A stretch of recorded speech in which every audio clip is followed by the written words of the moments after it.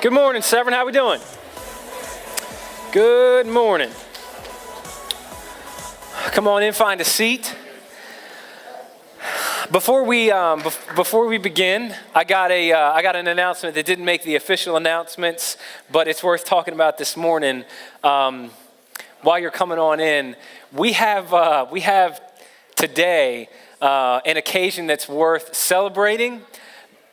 Because right now, sitting in a maroon chair near you, we have a couple that today is celebrating some 57 years of marriage.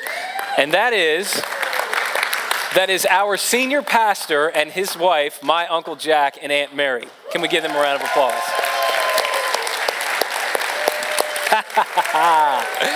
Yeah, buddy. Man. Amen. Yeah, that's what we're celebrating. I was telling the 9 a.m. in a culture where it just seems like even the idea of marriage is under attack. I was telling Aunt Mary after the 9 a.m. that a couple that's been together for 57 years is going to be increasingly a more rare thing, but it's a thing that glorifies Jesus, is what it does, and so it's worth celebrating. And so. Can't miss that one. I want to welcome you to week 6 now of our series called I Am, where we're looking at all 7 of the I Am statements of Jesus. This series is rapidly coming to a close. It's going to culminate on Easter, where you heard during announcements. We have 30 as of right now. I'm sure more people just got signed up, but as of right now, we, to my knowledge, have 36 people signed up to get baptized. Unreal. I don't even have a category for something like that. So we're in week 6. We're looking at how Jesus defined himself in John chapter 15. I'm going to start in verse 1. It says, I am the true vine, and my Father is the vineyard keeper. Every branch in me that does not produce fruit, he removes, and he prunes every branch that produces fruit so that it'll produce more fruit. You are already clean because of the word I have spoken to you. Remain in me and I in you. Just as a branch is unable to produce fruit by itself unless it remains on the vine, so neither can you unless you remain in me. I am the vine, you are the branches. The one who remains in me and I in him produces much fruit because you can do nothing without me. If anyone does not remain in me, he's thrown aside like a branch and he withers. They gather them, throw them into the fire, and they're burned. If you remain in me and my words remain in you, ask whatever you want and it'll be done for you. Y'all hear that? My Father is glorified by this, that you produce much fruit and prove to be my disciples.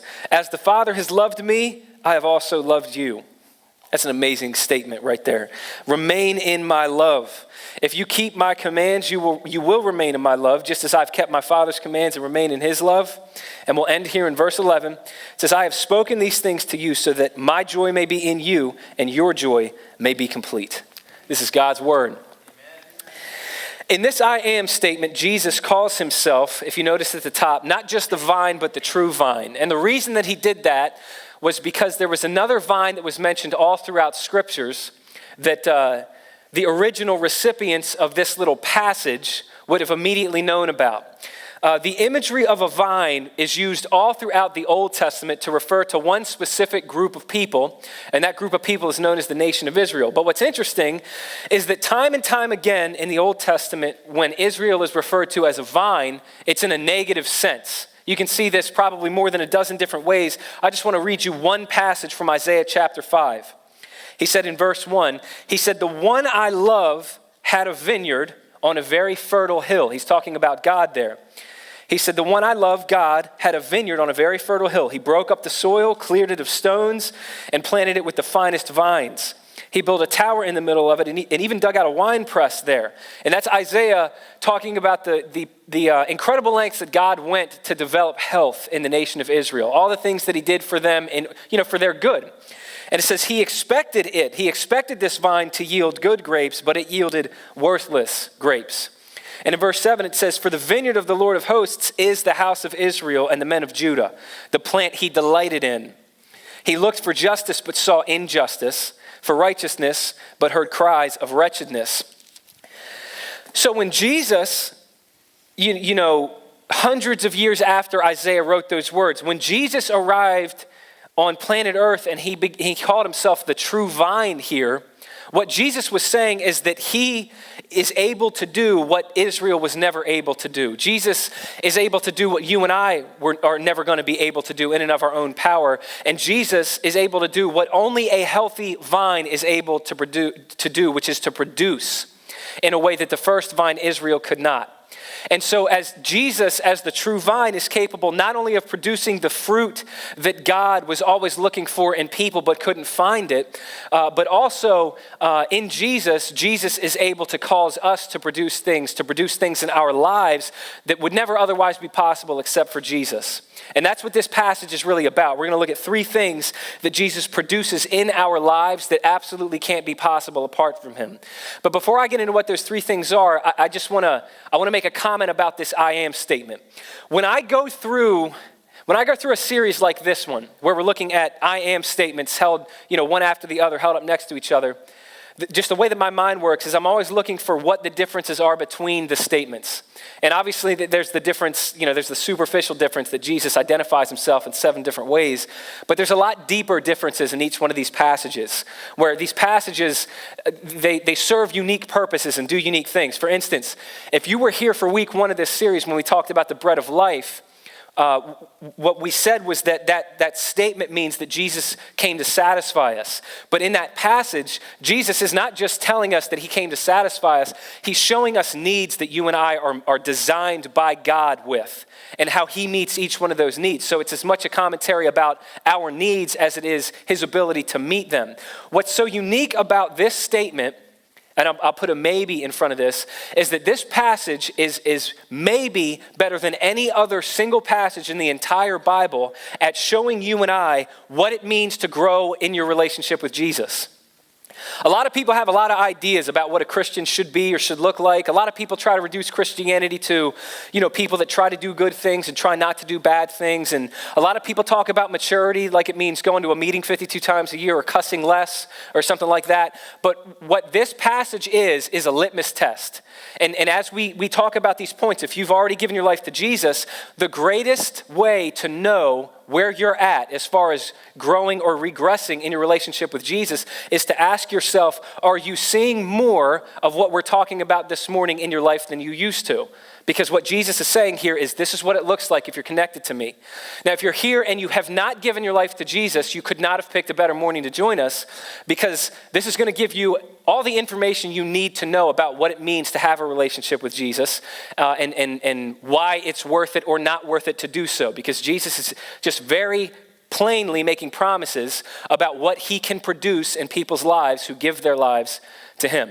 And so what does Jesus produce in us is the question we're asking.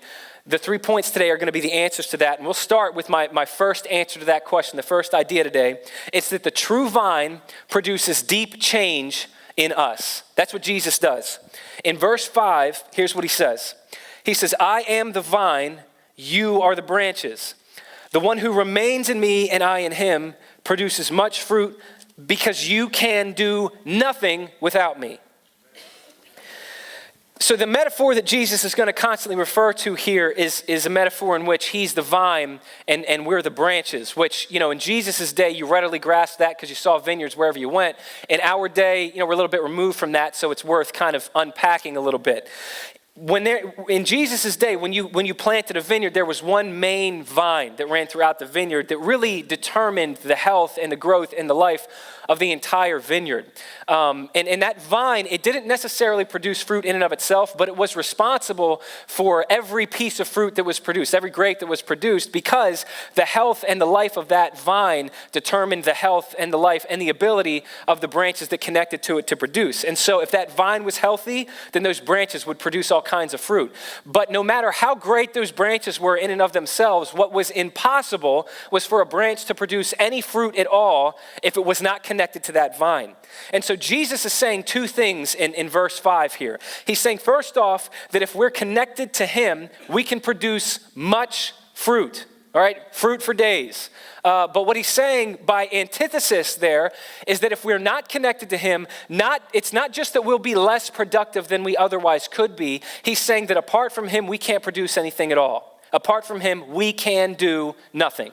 Now, if I was showing up to church for the first time today, the first question I would have is, what on earth does it mean that apart from Jesus, I can do nothing? And that's the first question I had when I read this myself. And so that's where I want to start. When Jesus says, apart from him, we can do nothing, obviously, there are lots of things that we can do apart from a relationship with Jesus that are morally good things to do, okay? Whether or not you have a relationship with Jesus, you can give money to charity, you can help a person who's homeless, cut your neighbor's lawn, great. But the one thing the Bible teaches that you and I cannot do apart from a relationship with Jesus is please God. And the reason for that is very simple. It's because we do not have the ability to change our own hearts, okay? What we can do, we can definitely modify our own behavior. We just can't control anything that goes beneath our behavior. Let me put it this way.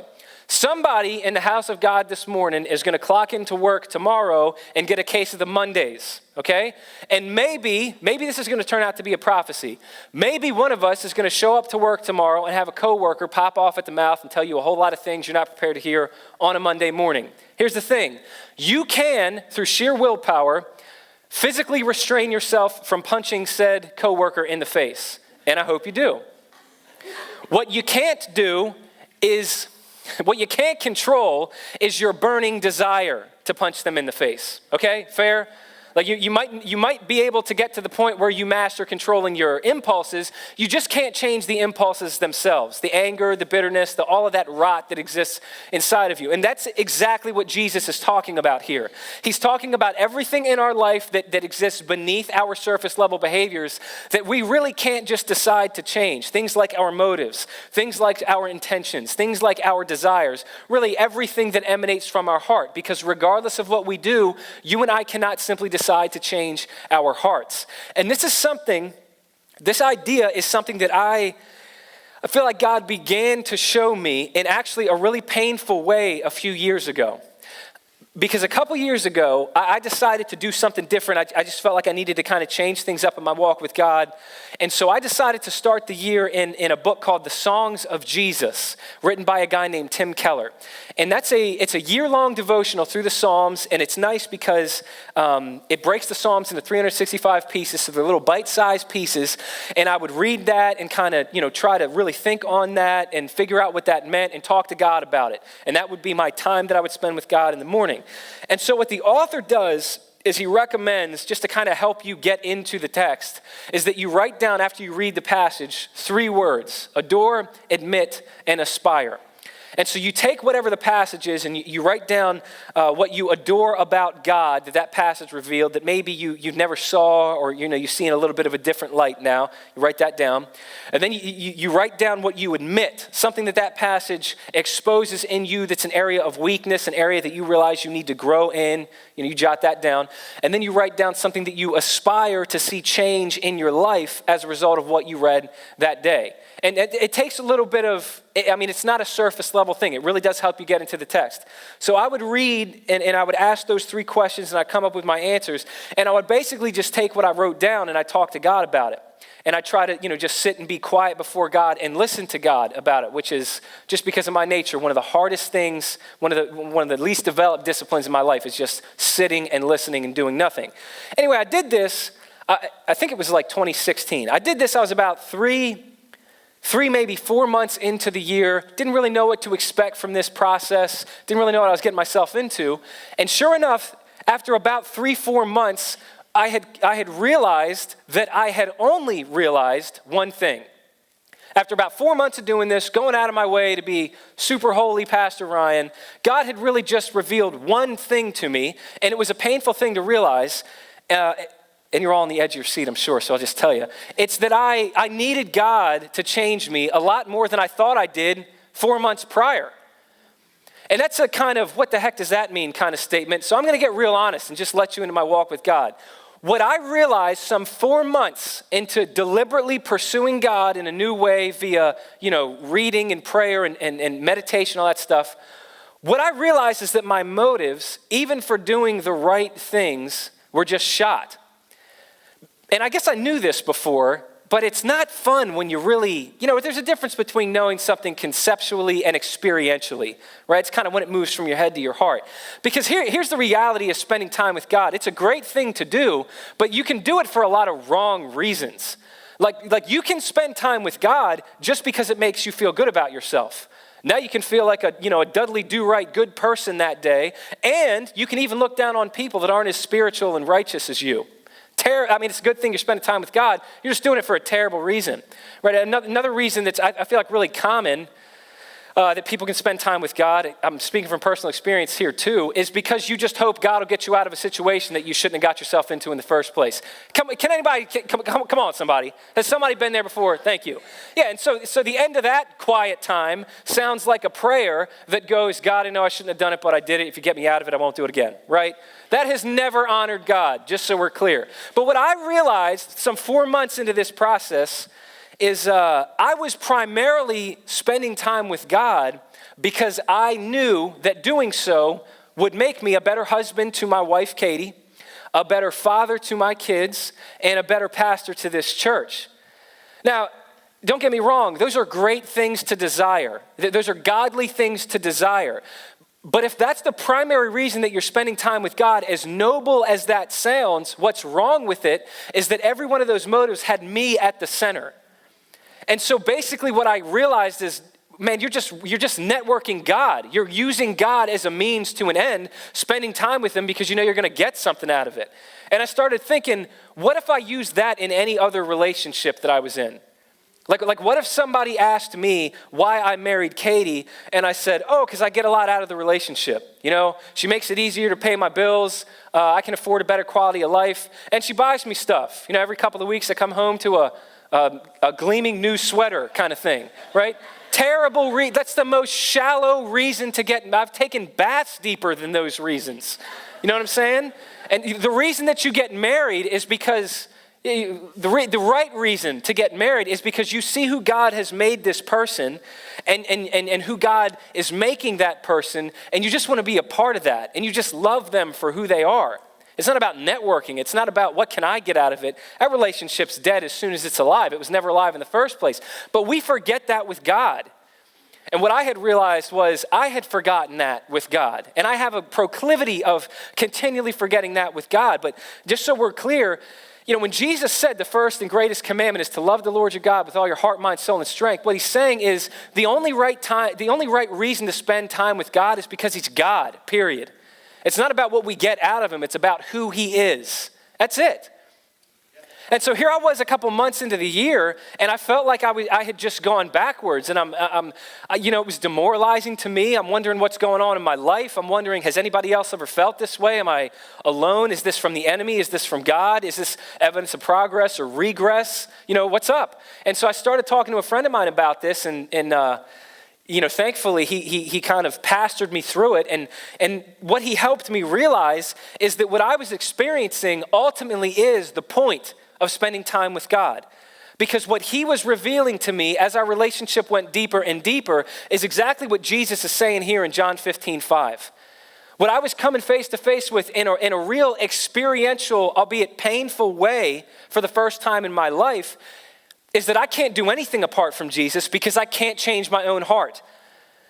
It's one thing to realize that you're self-centered. It's another thing to realize I can't do anything about my self-centeredness. It's so deeply ingrained in me, I can't just decide to move myself out of the center of my own life. And what I realized in and through that process, it's actually only, and this is a little bit ironic, it's only when you come face to face with your own powerlessness to change your own heart that Jesus can begin to do it for you. Because when you really start to realize how bad the problem is, that it's well beyond your pay grade, when you start to realize how powerless you are to change your own heart, then you really start to realize how much you need grace. And when you start to realize how much you really need grace, that's when grace looks amazing again. And when grace looks amazing to us, when it really captivates us, when it really looks beautiful to us, when it really starts taking our breath away, that's when grace melts our heart. And that's when real change begins. And as I started, just thinking about the whole of Scripture, what I saw is that that's how God operates with everybody that he decides to use. And matter of fact, God can't use you until he does that in you. You think about Isaiah the prophet. When he had his encounter with God, the very first thing he came to realize was how bad he was in light of how perfect this God is. He said, "Woe is me, I'm undone, for I'm a man of unclean lips."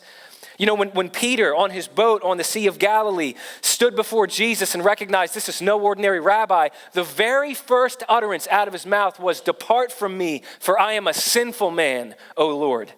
And the reality is, if we never get there, if we never see in light of God's perfect holiness how broken we are and powerless we are to change it, then all of our spirituality and all of our morality, it's really just a subtle form of pride.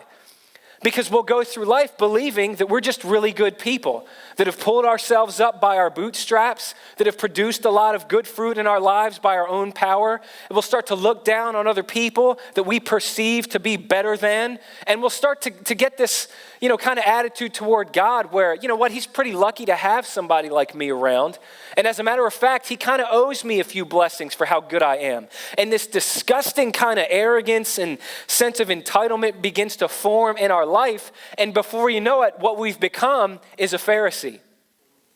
We'll be so blind to our own pride, we won't realize we're literally drowning in it, which was the condition of the Pharisees. And the thing about Pharisees is Pharisees were actually good people. And what I mean by that is, if you're listening to this as a small group leader, Pharisees are the kind of people that small group leaders hope show up on Wednesday nights because they don't cost you anything. Pharisees aren't going to call you at 2 a.m. because they're having a breakdown. Pharisees aren't going to confess any sort of, ongoing deep sin that they really need your help walking through. The Pharisees just didn't have a whole lot of open, outward, obvious, blatant sin in their life at all. And if there's ever a need, Pharisees are the first ones to sign up for it. Be that financial, be that a meal train, fill in the blank. Pastors love it when Pharisees come into their churches because they do whatever you ask of them. And if there's a work party, they come early, they stay late, they take no lunch. I got that little line from my dad. Come early, stay late, take no lunch. That's what Pharisees did. Regardless of what the economy's doing, Pharisees are going to find a way to the letter of the law. They'll tithe 10%. They'll do whatever you ask of them. They were very good people. I mean, frankly, they're a lot like what we hope our kids grow up to be. The only thing that Pharisees didn't grasp, was that none of what they did mattered without Jesus. And the thing about Christianity is if you grasp everything except that one thing, you've lost everything. Because Jesus is the whole thing. And so what Jesus is talking about here, and he's laying out what Christianity is. Being a follower of Jesus is not being a self-made individual. It's not being a try-hard. It's not being somebody that pulled themselves up by their bootstraps. Being a Christian is somebody who is just acutely aware of their desperate need of Jesus. That's what Christianity is. Yeah, we can do all kinds of good things in and of our own power, but our issue before God is not a works issue, it's a heart issue, and we can't change our own hearts. And with just this one statement, with just Jesus saying, apart from me, you can do nothing, that one statement right there is what sets Christianity just light years apart from the message of other religions, or religion in general, because all religion rests on the premise that you are required to produce fruit for your God in and of your own power. Christianity begins by forcing you to realize that you depend on your God for the power to produce any fruit for him at all. And those are not two shades of the same idea. Those are radically different worldviews. That's what Jesus is saying here. And so it leaves us with the question, okay, so if we can't do anything apart from Jesus, what does it mean that if we abide in him, we can produce a lot of fruit? What Jesus is saying in the first half of verse 5, he is promising that in him, you and I can experience the growth that every single human being desperately longs to see in their own life. And I don't care what you believe, be it Christian, Catholic, Muslim, Buddhist, if you're into Shintoism, Taoism, Scientology, atheism, agnosticism, whatever it is, the kind of fruit that Jesus is promising we can produce in him is the fruit that every single one of us wants more of in our own life.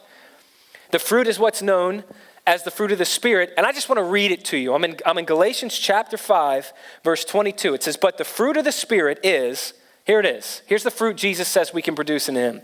It's love, joy, peace, patience, kindness, goodness, faith, gentleness, and self-control.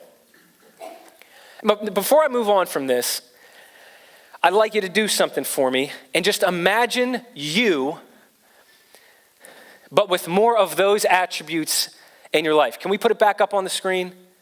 I want you to picture you, but a more loving version of you. Think about what that would look like. All right, picture you, but instead of being, negative, you have more joy. Imagine you, but with more peace and less anxiety. With more patience instead of being angry all the time. With more kindness, less cruelty. Imagine a version of you where you just seem to emanate goodness instead of bitterness. There's more faith and there's less doubt. There's more gentleness and there's less harshness. And your life would be characterized more by self-control and less by self-destruction. I've had the privilege of being a pastor now for just over 5 years. And in the 5 years that I've had the ability to do this, by far the most educational part of the job has been the time that I've gotten to spend with people in a one-on-one setting as they have gotten more honest, in some cases, than they ever had been anywhere else in their life. I've literally sat with people in my office where they have told me things that they've never told their parents, they've never told their siblings, and in some cases that they've never told themselves. They've never heard themselves say it. I consider that to be the greatest honor of pastoring. There is no greater honor than for somebody to trust me with that. And if that has taught me anything, it's that you never know. You never know what people are carrying around Sunday in and Sunday out. We are so good at putting this mask on and pretending like we're lily white and don't have any problems on Sunday morning, but man, is that a lie from the enemy. And if we all got honest about what was going on, I think everybody would take a nice, deep, relaxing breath. But I tell you what, I've never seen in 5 years. No one has ever come into my office and said, Pastor Ryan, you have got to help me. I'm at my wit's end. I am too loving to my wife and kids. I mean, our faces hurt from smiling. And I have so much peace in my life, even when things don't go my way, it's nauseating. I'm tired of getting 8 hours of uninterrupted sleep each night and waking up rejuvenated and refreshed and optimistic about the day's challenges. I can't take it anymore. Can you do something for me? I would have no idea what to do with that lunatic. Okay, haven't experienced that in ministry. That'd be a curveball. That would cause me to go back to the feet of Jesus to handle that one. But I tell you what I have experienced in 5 years. I've had people come in destroyed on the inside because they've done something that they swore they'd never do or they'd never do again. Because they've become someone that they promised themselves they'd never become.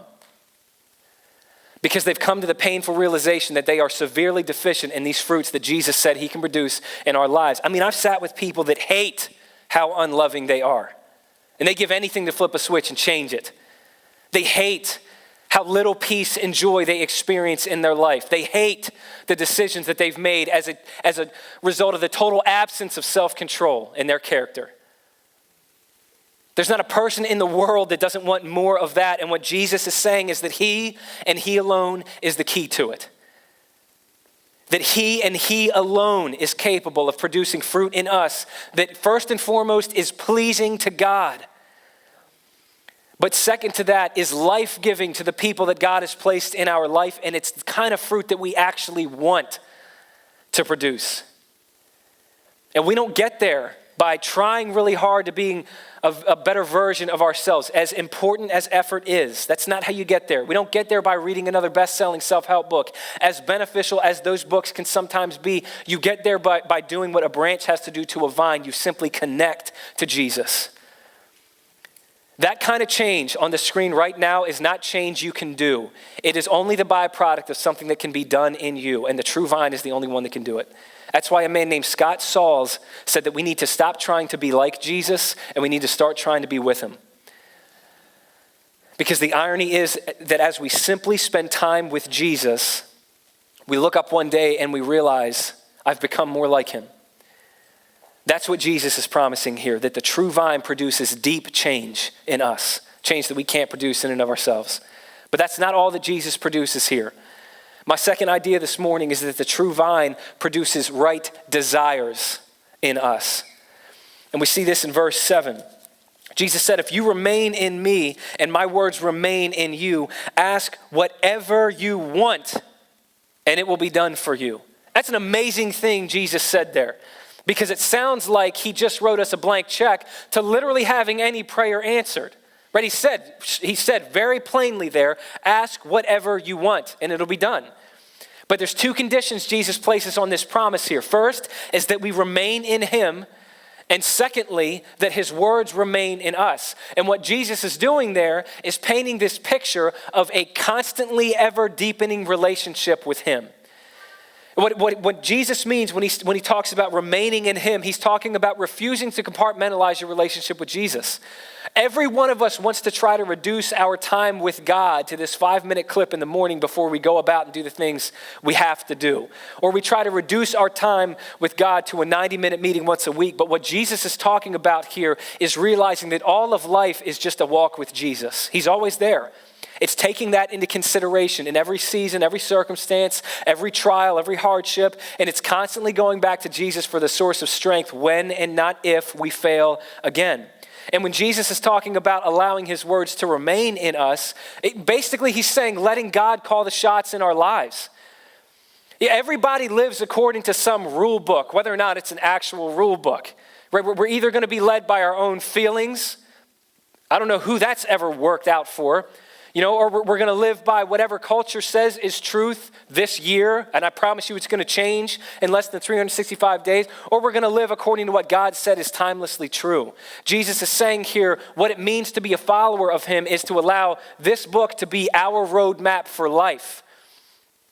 And Jesus says as that happens, as we develop this deepening relationship with Jesus, the byproduct is that we can ask whatever we want of God and it's going to be done for us. How on earth could Jesus say that? He said that because he knew something would happen. He knew that if we as people spend our lives in an ever-deepening relationship with Jesus and spend our lives allowing his word to shape the way that we live, something amazing would happen in our lives. Our desires themselves would change to the point that our desires become like God's desires. And so our will, what we ask God for, is his will. It's ultimately what's best for us anyway. For the last 2 years, I have made, and I think before I say things like this. Long pause. For the last 2 years, I have made what may well be the worst mistake of my life.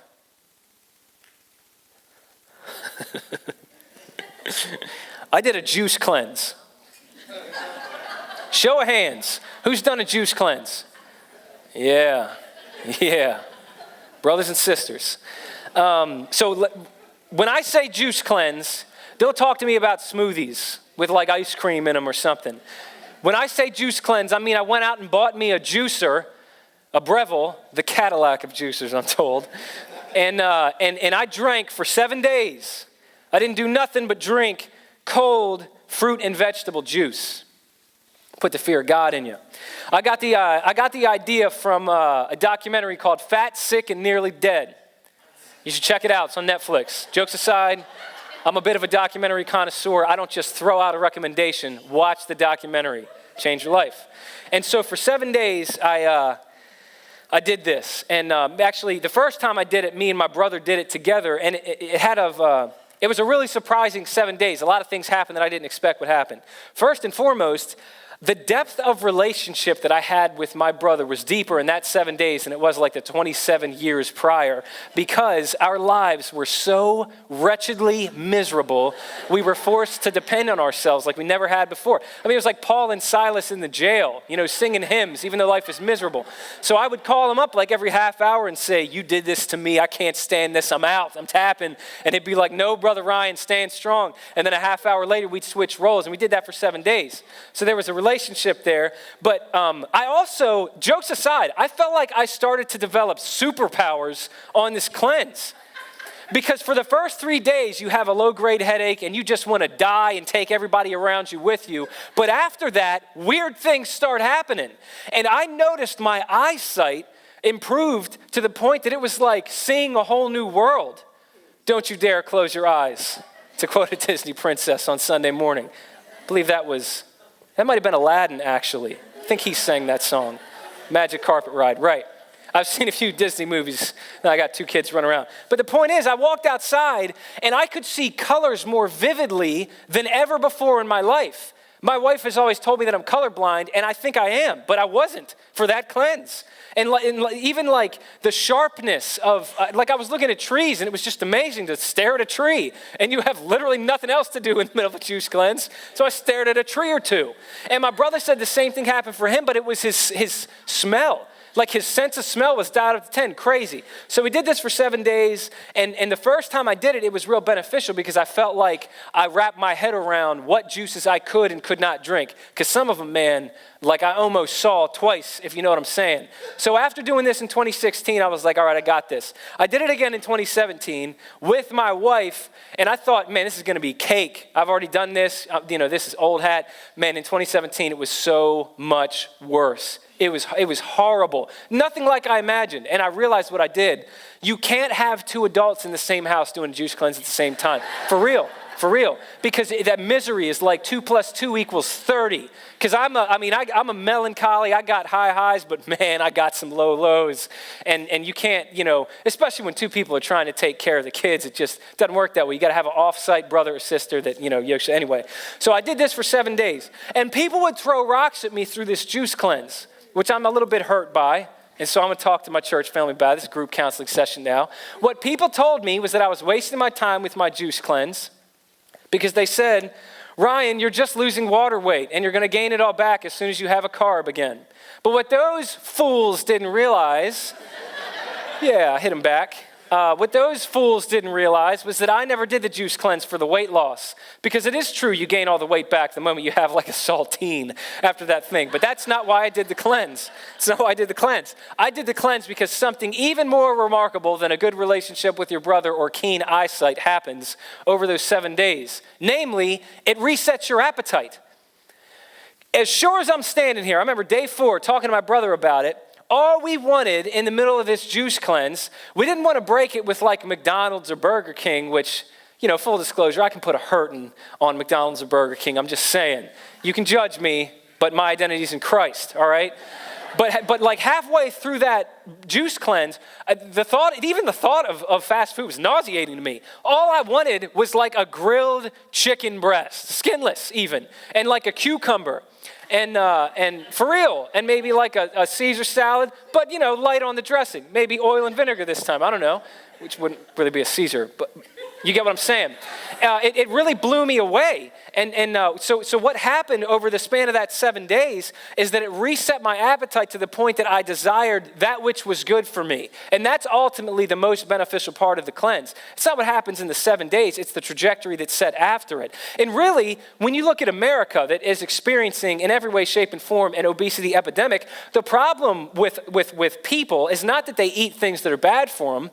That's just a symptom of the disease. The disease that you need to get at is that we desire things that are bad for us. And spiritually, it's no different. Spiritually, our biggest problem is not just that we do things that are bad, it's that we go after, we desire that which robs us of life rather than gives us life. So let me read something with that idea in mind. This is a really sobering verse. It's from James chapter 1, it's verses 14 to 15. Listen to this. It says, each person is tempted when he is drawn away and enticed by his own evil desires. Drawn away by your own evil desires. It says, then after desire has conceived, it gives birth to sin. And sin, when it's fully grown, it gives birth to death. That's a powerful verse because it tells us something pretty crazy about ourselves. Namely, we're not free. You are not free. And let me tell you something that might blow your mind. In your entire life, you have never done what you want to do. Never. You have only ever done what your desires have led you to do, and those are not the same thing. They're not the same thing because if you read Romans chapter 7, that's the chapter where it seems like the Apostle Paul just lost his mind. He's got this inner monologue. He sounds like he's got spiritual schizophrenia. And what he says is, man, I do the things that I don't want to do, and I don't do the things that I want to do. And that whole chapter is Paul coming to this realization and showing us he's not in control.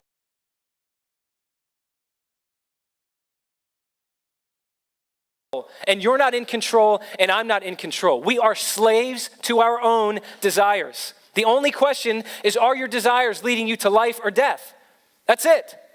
And what the Bible says is that in and of our natural state, we are born with desires that, if unchecked and unchanged, are going to lead us squarely to death. But what Jesus is saying here is that he can interrupt that trajectory and set a new trajectory for our lives where our desires are so radically different and so aligned with God's desires that we're asking him for that which is already his will, and so we have what we ask for. It's an amazing promise that Jesus is making here.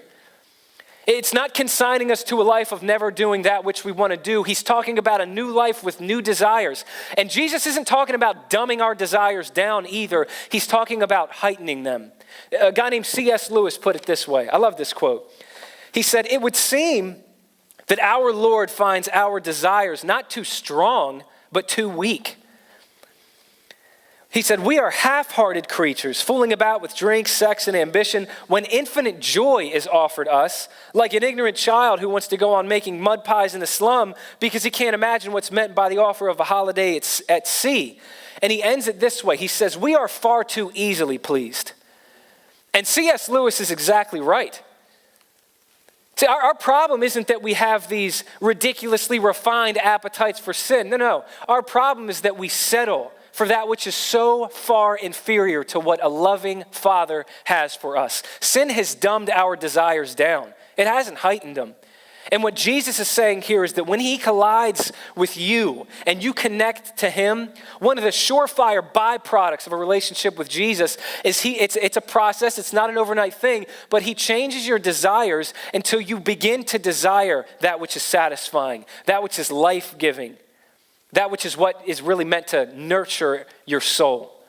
And as we go to God with those desires, we find our heart's desire in God because he's giving us what we ask for as we ask for his will. And what it all leads to, where this all culminates, is my third and final idea this morning.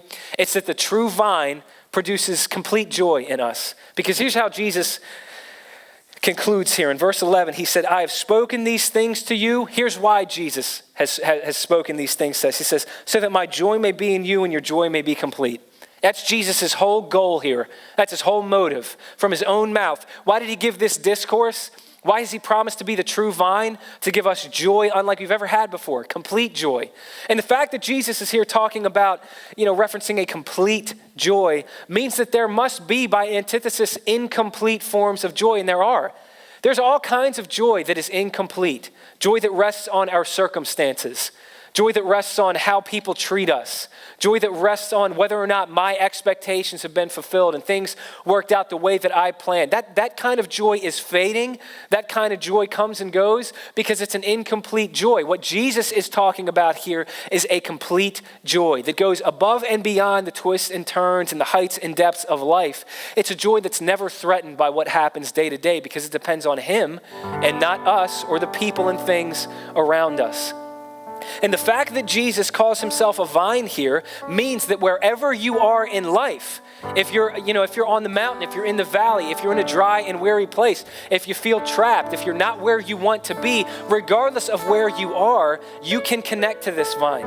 And in connecting to this vine, it means wherever you are right now, Jesus can produce this kind of life in you, where deep change takes place in your life, where right desires get realigned in your life, and complete joy is the end result in your life, wherever you are. And the reason is because God's people, God's children, hey, we're not products of our past. We're not products of our environment, of our home life, of the way that people treat us. We're products of the true vine. And wherever we are, the true vine can produce life in us. And so I want to end this teaching just by inviting anybody who wants to respond to this teaching to come on up and respond to it. I'm going to call the elders forward now, and I just want to ask you, listen, if you're here and you know that you want these things because you don't have them, if there's any doubt in your mind about what God would say to you if you stood before him, if you're not positive that you've ever made the personal decision to connect to this true vine, I just want to invite you to come on up and talk to one of these men and pray and get right today, because today you can connect to this vine. And I hope you do, because if you, during this last song, if you come up this morning and make the personal decision to connect to the true vine, a process will begin in your life today. A life-giving process will begin in your life today where deep change in which you please God and breathe life to the people around you will take place as Jesus changes you. Your desires will be realigned where no longer do you pursue that which is bad, but he can change you to pursue that which is good. And ultimately, you'll experience joy like you've never experienced before. But the decision is yours. You have got to connect to this vine, and I hope you do. That's it. That's all.